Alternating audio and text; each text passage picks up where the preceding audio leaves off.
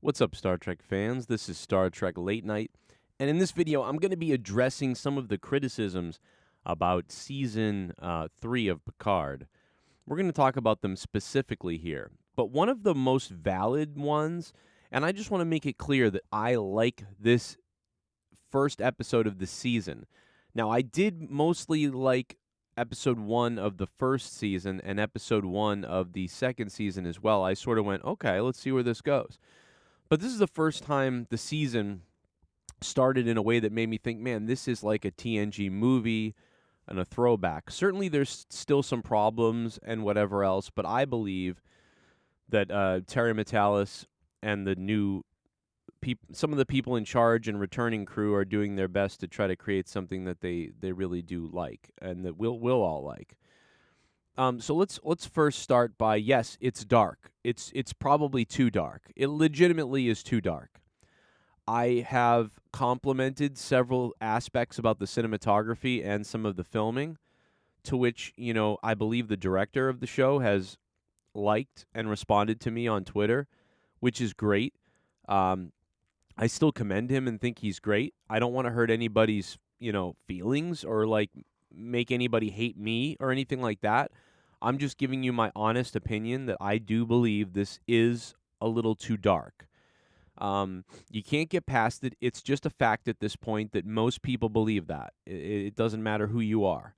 And in fact, the poster even doesn't really represent how dark it is. Like the poster, is even brighter. This poster board here is bright, compared to the show.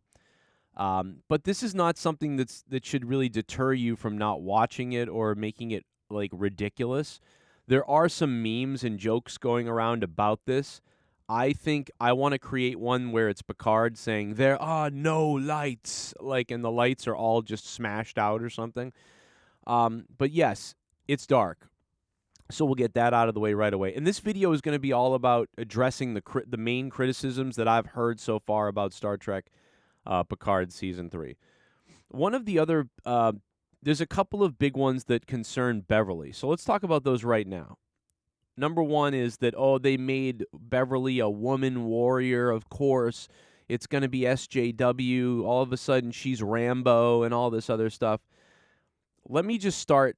I don't even know. I don't have a dog in the fight, right? Let's see. Look at this is the regular show right here. Hold on, right there. That's the regular show. That's crazy. Actually, this is the regular show. Now, I'm going to do this.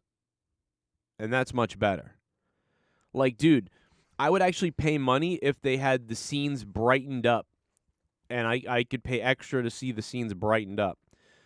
But anyway, whatever. It actually looks like this. I don't know. So anyway, the criticism of Beverly being this ass kicker. If you don't remember, in TNG, she literally spin ninja kicks a guy's weapon out of his hand, picks it up, and then phasers him to death. If you don't remember that episode, I don't remember the name of it, and I'm not going to look it up. It's later on, I want to say season 6 maybe. It's awesome. She legit, like, in fact, F it, I'm going to find a picture. I'm going to find a GIF. All right, I found it on Twitter. So for the people that think this is ridiculously out of character or something, we've got her in the first season with Lore. She's got the phaser, and she's ready to fight. Beverly is tenacious, bro. She's always been like this. I'm telling you. So the people that are out there saying, like, they made her an SJW. Listen, here's the thing. She's a doctor at heart. We all know that. She's really a doctor. Number one, she's a doctor. But she holds the rank, or held the rank, of commander. And she was, basically, if Data and Riker and Picard were incapacitated, she really is the next person who would take over. She would actually take over before Data if she had not been the doctor. She is a commander. So she's well-rounded. There she is, also showing up with a phaser. Like, it's like, dude, she's always been able to do this. It was just boom, fucking spin kick, Bam, now fucking phaser. Watch this. Spin kick, and then she told him to stay back. Look at the kick right there. Beverly has always been like this. This is not new. You know what I mean? This is not new for her. And I think that a lot of the people that are disingenuous about their review, I can spot a disingenuous person because Picard seasons 1 and 2 were awful. And when people make points about it, it's easy to make points about it because it's so bad. You can easily make points about it. But when something is actually better or good, you have to reach. And that's what people are doing as far as Beverly goes, is reaching. Now, do I like that she's been missing 20 years? That doesn't sound like her to me. So the worst thing is that she's been missing 20 years, but that's part of the story that's supposed to be coming up. So we'll see what happens. You know, if the story makes sense, then great. But if she's really been missing for 20 years for whatever reason, that doesn't make any sense. But she's taken command. Get that out of your head. The next thing is the phaser or the rifle or the pump shotgun. I agree. A pump shotgun doesn't really make sense. But maybe there's a reason behind it having to be pumped, and it's a different type of weaponry for whatever reason. I don't know. But even if there isn't a reason, and it's just stupid, I don't care. It's a stupid weapon. Star Trek isn't really about weapons, and I know that the season actually is talking a lot about weapons that have been stolen and stuff, so maybe it is, but I just don't care that much. I know it doesn't make sense. Even my wife said out loud, first thing she said was, why would you need a pump shot phaser in the future? Like, and she's like, that's stupid. But she didn't go, well, I'm not watching the season now because of that. No, she's just, this is stupid, but whatever. It's a fucking gun. So that doesn't bother me. You know what does bother me? You know what bothers me? Is when the Borg now want to ask you if you want to be assimilated. Or when they make Picard a robot. Or when they preach to you about crazy politics in episodes. But not the way Star Trek usually shows you about politics and progressiveness, but they beat you over the head with it without really telling you anything at all, except for dating the episode into a time period that you never want to remember again anyway. Or a million other things that we complained about in seasons 1 and 2. But no. So, but my problem is with Wesley. If Beverly needs this help, I'm in dire need. I need help. All this stuff is going on. Why isn't Wesley the Traveler showing up? Right? And unfortunately, that's another stupid thing in season 2 is Wesley just shows up like, I'm part of the Travelers. And I know that's what Will Wheaton always wanted to do and all these other things like that. But they just did it in a, like, dumb way, like cameo. Like, oh, I'm part of the Travelers, and now on we go. Now, you could explain this by Will saying, like, I love my mother, and I love my family, and I love my friends. But with the responsibilities that I have, I can't interfere in there's a lot of things I can't interfere in. They have to play out the way they play out, or it could, destroy time or ruin things and whatever the case. But I don't know. The bottom line is one of the biggest goofy things is that Wesley wouldn't show up when his mom needs help. So hopefully that's explained at some point, but if it's not, I also understand them completely ignoring it, but it's something I'm not going to stop thinking about it. Beverly needs to go reach out to 80-something-year-old Admiral Picard, but, where's Wesley, who's magic? That's the problem with that character. But I love this season. So anyway, the pump handle shotgun, the darkness of the episode. Yes, these are all true negatives, but they're things that aren't gonna. I wouldn't think they would stop you from watching. Turn your screen up if you have to. Geordi's working in a museum. That's a little bizarre, but whatever.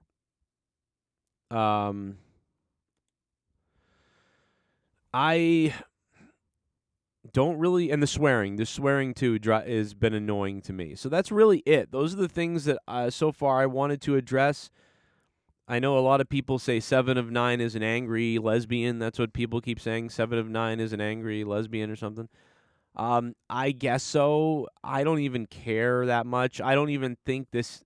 I'll be honest, she doesn't feel like 7 of 9 to me. So, and I Voyager, I like Voyager and I watched it several times. I just kind of ignore that that she's even here. Cuz this doesn't feel like 7 to me that much. But maybe that's because of I don't know. And I just don't that's weaker to me, but whatever. I love the scene with this captain. I heard some people saying, well, this guy's a terrible actor. What the hell are you talking about? I don't know who said Todd Stashwick is a terrible actor. I mean, I don't remember now. A couple people said it. But they're just fucking crazy. Like listen, dude, if people suck at acting, I make fun of it or I'd bring it up. I'd say that acting isn't very good at all. I don't have a problem with his acting at all. What, cuz he's a bad guy or he's kind of a bad guy or he's a little bit different? You think he's a bad actor? That's not real. Like there's no way you think this guy. Like I don't know. I liked this scene at the table. I thought it was different. It was kind of interesting. Yeah, I don't like that they're being disrespected, but they are trying to con him to get on his ship. You know, admirals have always been evil in Star Trek, right? For some weird reason, the admirals are always evil, and there's always something up with them. And Picard and Riker are those guys. Picard and Riker are now the admirals with ulterior motives, and Captain Liam Shaw notices that, and he's not going for it. He's making a power move on them before they get to make their power move on him. This is a power move, this whole scene on them. And so I just don't find the criticism of that whatever. I literally hate Raffi. I hope she crashes into a building and blows up. But this is her best stuff she's gotten to do. This is her best stuff. And it feels like some kind of an arc is coming with her character here. And that she's going to potentially get some kind of a redemption. Or she's going to be redeemed here. And if she's redeemed, it will help the Star Trek universe be redeemed from all the BS that she spouted in previous seasons. Which I'll never watch again and pretend aren't real anyway. But so I don't have a problem with that. I'm trying to think. I really don't. I mean, there's the game Portal. I like that. Look at this. When you get a bright scene, it oversaturates the screen. Look at that. This scene's actually lit. And even this scene isn't lit. Look at how dull that is. Dude, what is this? I don't know, bro. There we go. That's better. Every day is overcast on this episode. But, yeah, so those are some of the criticisms I've seen that I just kind of wanted to talk a little bit about. I don't think there's anything else. I'm looking at it, and I don't. The other criticism is that, it's the Narada or it's New Trek. It looks just like those spaceships from the other. I mean, bro, most of the Starfleet vessels look very similar to each other. So when you think about a new bad guy ship, maybe some of them are going to look similar. I don't have a problem with this ship. Everyone's like, oh, it's the Kurtzman new ships and all that stuff. I mean, all right, the Narada or whatever from 2009, is that the Narada, I think? That had like 1 million spikes and was like long like a cylinder. This has 4 big curved spikes. How about the scimitar from Nemesis? That wasn't Kurtzman Trek, and they made that thing look crazy. I just think that now in Star Trek over the last 23 years, they've tried to make the bad guy villain ships look bigger and a little bit different than what we're used to. So, I don't know. I like this ship. I like this ship. I don't have a problem with it. I did think of Star Trek 2009 a bit when I saw it too, but it's different. And think about ships from the game Halo and Dead Space and just other games and movies and sci-fi things, and I don't have a problem with this, but fine if you don't like the ships. That's okay. That's definitely something that you could have an opinion about not liking. But if any of this stuff that I've mentioned, these have been the main complaints. I believe I just went over the main complaints. if those things keep you from watching this, I don't know what to tell you. I always knew I would watch it just to see what would happen, but I was going to watch it depressed, sad, and probably angry. And I've been pleasantly surprised the last couple days. But what do you guys think about all this? What do you think about these main criticisms? And by the way, there's a brand new trailer out that airs at the end of the first episode. And if you haven't seen it, it's pretty awesome. It's a little spoilery. It's not really spoilery, but it's a little spoilery. One of the other big concerns is Deanna and Will Riker. And so, hopefully they're going to be okay. It's nothing like bad like, Luke and Leia or Han and Leia in Star Wars. But if you guys want to see the trailer, I tweeted it out on Twitter. Go look at it. I don't know what can be shown on YouTube right now, so at Meta World Online. Go find me at Meta World Online on Twitter. That's the tweet of my producer. It's not really me. It's my producer. Go watch that. And that has some Easter eggs in it here where you see Raffi still investigating. There's Deanna and Will kind of talking, and she's like, you put a galaxy between us or whatever. Like, I don't know. We're going to find out stuff there. There's some really good dialogue. You get Geordi pissed off right here. He's really upset at Lore right there. God damn it, Lore. Of course, and then look at that stare from Lore. I mean, there's some good stuff here. I am now going to wrap up the video by dropping some of my predictions that I've had. If you guys have been here, part of the channel, I've had these predictions for several months now, and I'm going to drop some of my upcoming predictions right now. They're very quick. I don't know or predict a whole lot of stuff, but there's a couple things I see coming. So leave a comment down below, subscribe, like, all that stuff, and leave now if you don't want to hear my little predictions that could be spoilery if they were to happen, I guess, if that bothers you. But here we go. You've been warned. I think it's pretty obvious to a lot of people, though, so whatever. First is that Geordi is going to be irritated with Picard. I said this months ago. He looks angry in the trailers. And he's angry, it looks like, because his daughter's in harm. His daughter is the helmsman of the Titan, and I think Geordi is going to be upset that his daughter is in danger, and he's going to potentially hold Picard to that, and that's why he's irritated. And now you see a scene for the trailer now that just came out yesterday where Geordi is angry, and his daughter says, "But you said they were family," and he's like, "They're not your family," and he said, "You said they were our family." So it's almost like Geordi doesn't want anything to do with Picard and them, and she's saying they're our family. And that if that's true, that annoys me too, because I know that some people want to create conflict and they want to create distances and changes and things like that, but I just always envisioned it that Geordi and all of them would always be family together and would do anything for each other. So the idea that Geordi might not be as embracing as he used to be I don't like that. And I don't like that his daughter is the one that has to tell him that. So I hope that's not really the case, but it feels like that he's upset and he's reluctant to help. I don't know, but that seems to be what is coming based on the trailer, which is what I always kind of predicted anyway. So that prediction looks like it might be coming true in some way or another. Then again, maybe there's something I'm missing and I don't know about, but we'll see. The other thing is Marina Sirtis is retired from acting, and we've believed that somebody. At first, I thought, nobody's gonna die, because they don't want to do, Data again from Nemesis and have another person go, and we know that the audience doesn't like when characters are killed. It seems like, so that would be quite a downer. So maybe they will not do that.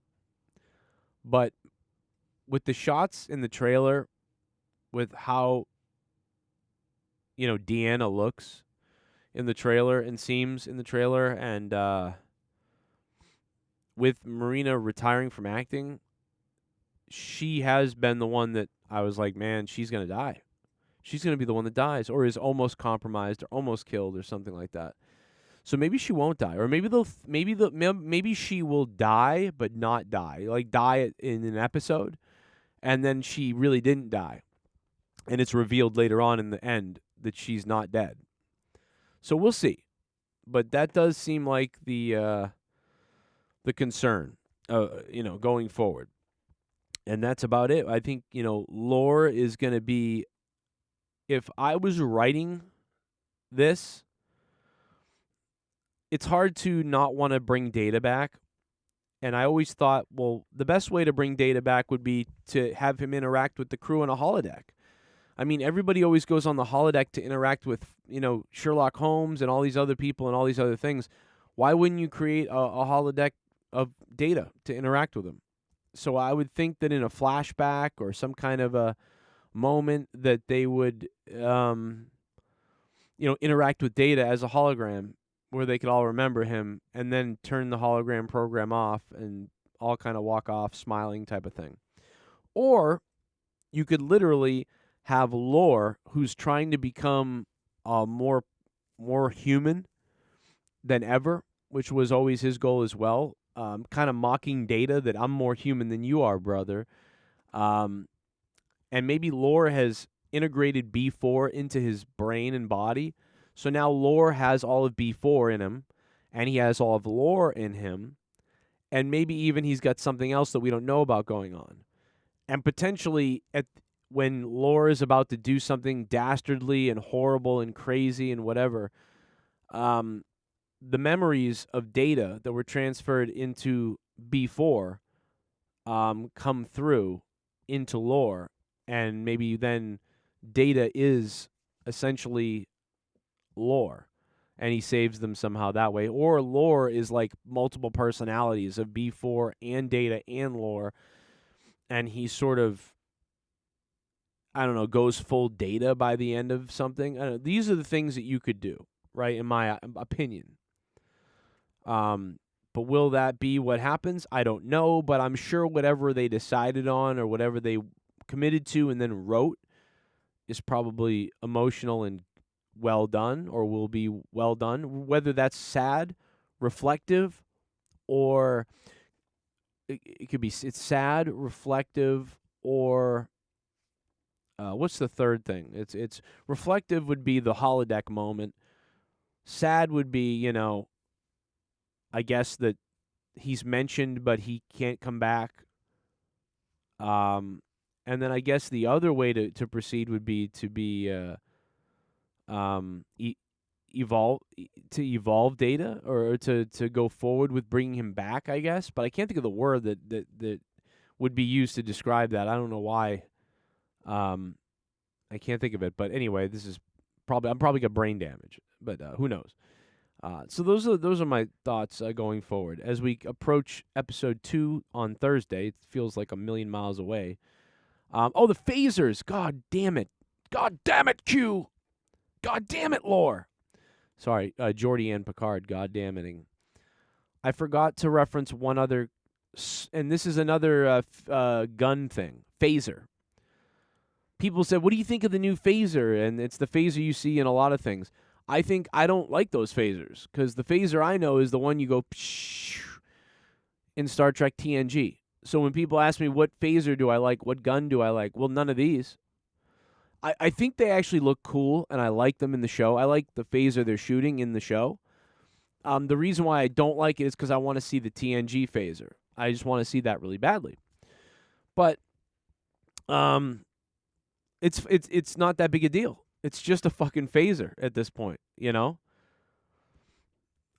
I was writing this show, I would have had a scene where Geordi's eyes were taken away, or they didn't work or something. His eye implants were shorted out, and he had to go put on his visor again. That would have been really cool. I don't know if that's done. It probably isn't done, but I would have done it. I would have said, hey, LeVar, people, you're so iconic for the visor and all this stuff. We want to have one of the episodes where this happens, and now you can't see because your implant was shorted. So you're like, I have to go get my visor, and you still keep it with you, And he puts the visor on. Like, that's really cool. I would do that. That's super fan servicey, and maybe there wasn't a way to work that into the story, so it's like kind of stupid as hell to do that. So it's not a big deal. It's just a small little thing that would be kind of cool to see Geordi put the visor back on again, because it would help. It helps connect us to the character, believe it or not. It's crazy to think, but there's a little bit of a disconnect with LeVar Burton when he doesn't have the visor on, because he only had it off for First Contact and for Insurrection and for Nemesis. It's 3 movies he had the visor off, but for hundreds of episodes of TNG, he had a visor. And so it's still a little bit weird to see him without the visor, despite knowing what LeVar looks like from loving him and reading Rainbow and Roots and, other things. But it's it would be nice to see that, just to remind us this is that character again, even though you don't need to be reminded of that, but I just feel you do. So those are my little things. And by the way, none of these things would ever stop me from watching this, because the writing has been good. All of that other stuff, Star Trek has messed up forever. From the original series to TNG and on, has messed up little things, little scientific number notes, little mistakes about science, little mistakes about distances and planets and weapons and where something was, continuity sometimes. But in the end, all that matters is if the story is great. Some of those things can be forgiven. And that's why in shows like Discovery, not only are those things wrong and stupid, but the show usually sucks. So all you think about is these people don't know what the fuck they're doing, and this story sucks. So, yeah. And so far in Picard Season 3, Episode 1, which this should just not be called Picard. This should be called Star Trek TNG Returns, or Star Trek The Next Generation Resurrected, or Resurrection, or I think I thought Requiem, and as I thought that, I was watching Robert Meyer Burnett, and he said Requiem.